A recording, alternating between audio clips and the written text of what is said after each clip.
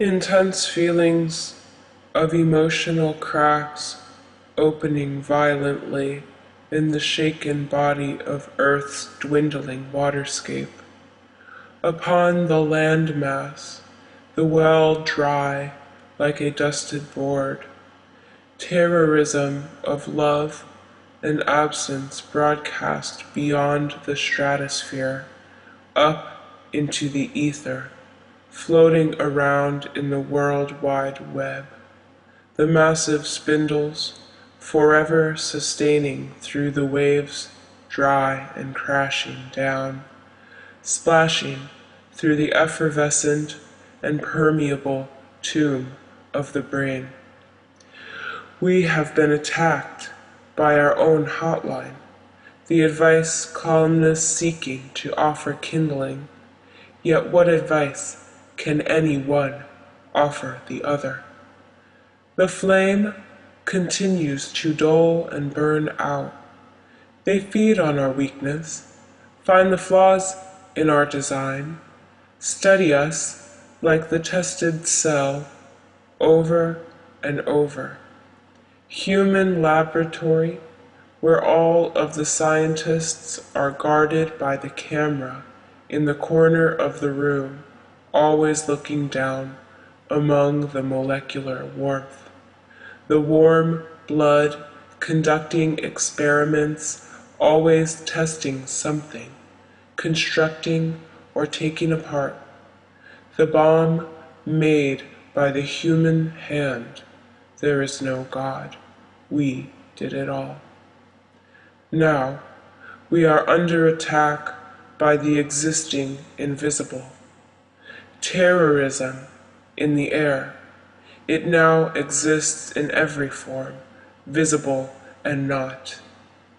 Our resources full of the void, laden with death and soaked in magnificent imagery and wordplay, sopping it up lavishly.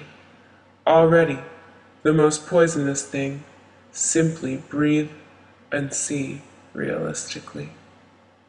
We are under the American spell, opening our eyes, the wind that blows past the lid and into the oxygen receptors there is toxic too. Microscopic control of the brain, the senses, the chemicals, and hormones. The pill swallowed in its disintegrating shell, yet no list, blind and blank-minded into consumption. And we are all disintegrating deep into the atmosphere, the darkness overwhelming. Signs everywhere, the hanging noose in the clown's hand, the rope in the tree.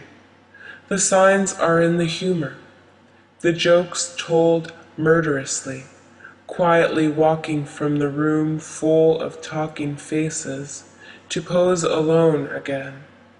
The laugh of the deviant as they ponder the question of life, alone in the room, staring blankly at the wall, as if an image has been projected upon it.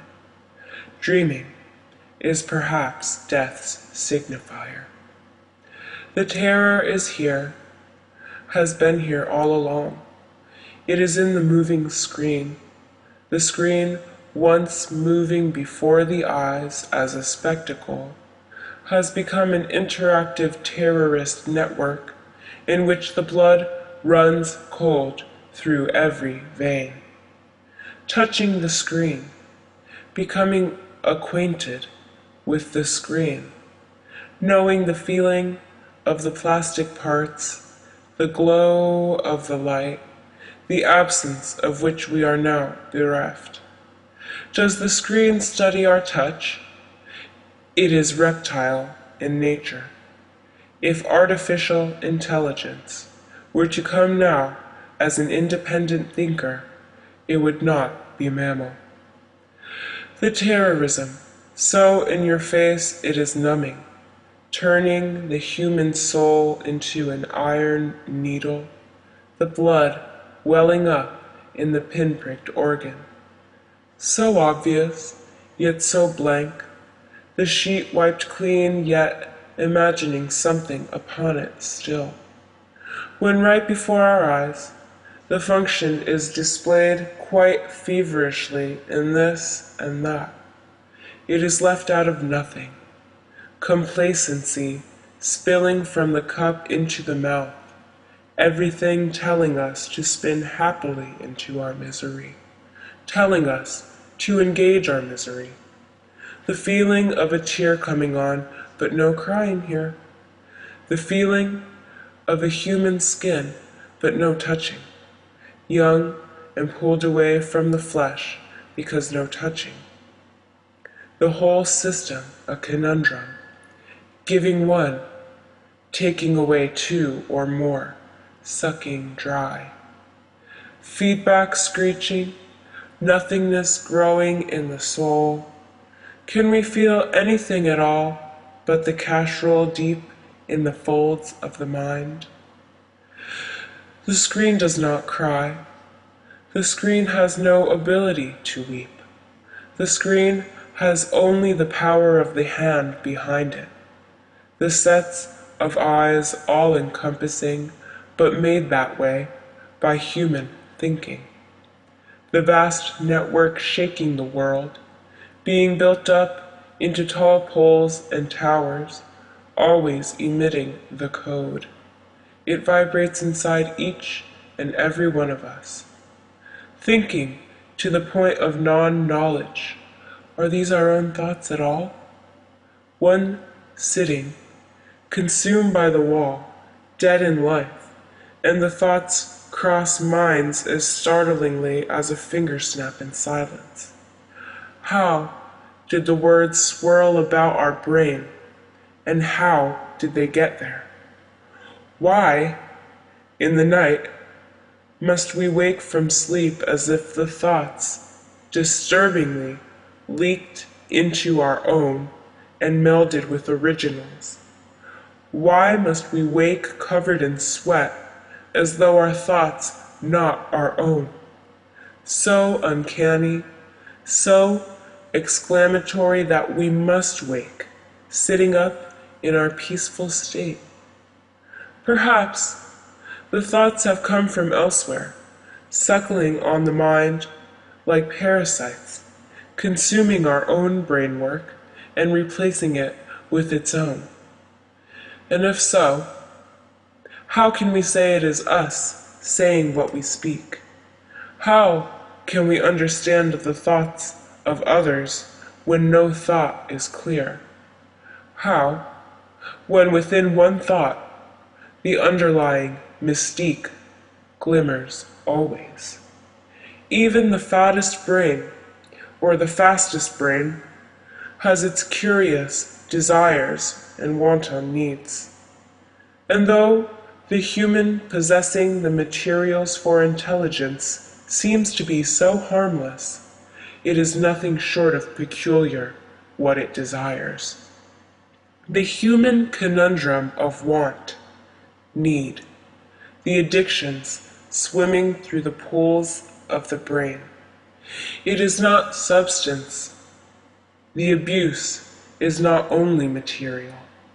The brain is abusive in nature, hating the self, constantly questioning the activities outward and inward, wondering what is to come, and pondering what has been done, as if the possibility of time travel is with us.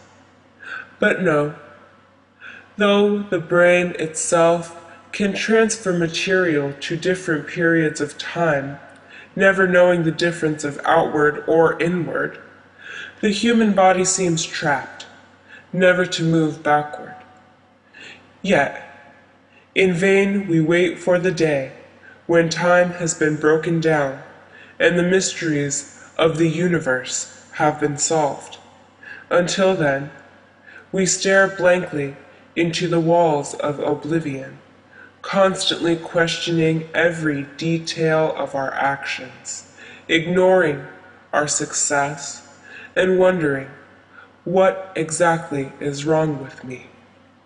And the mind, sitting before the blank wall, that does not imagine some image there, has been plunged of its eagerness, and is merely a muted chord. No transition, no mutation, simply shut off and corroded. No activity taking place whatsoever, other than the ability to want, to touch, to provoke the senses in order to feel some way. But the emotions are nothing short of fabrications. To feel engaged is work. Work harder and more involved than any job. And any job a deafening killer.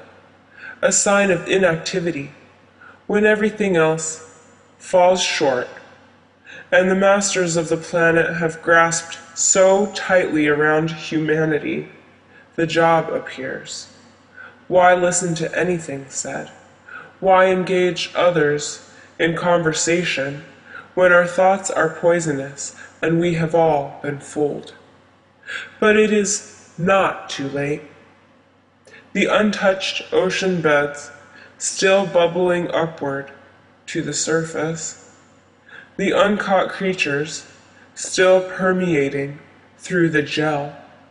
Though we breathe, eat, and sleep in fear, some notion has been uncollected and still thrives within the few.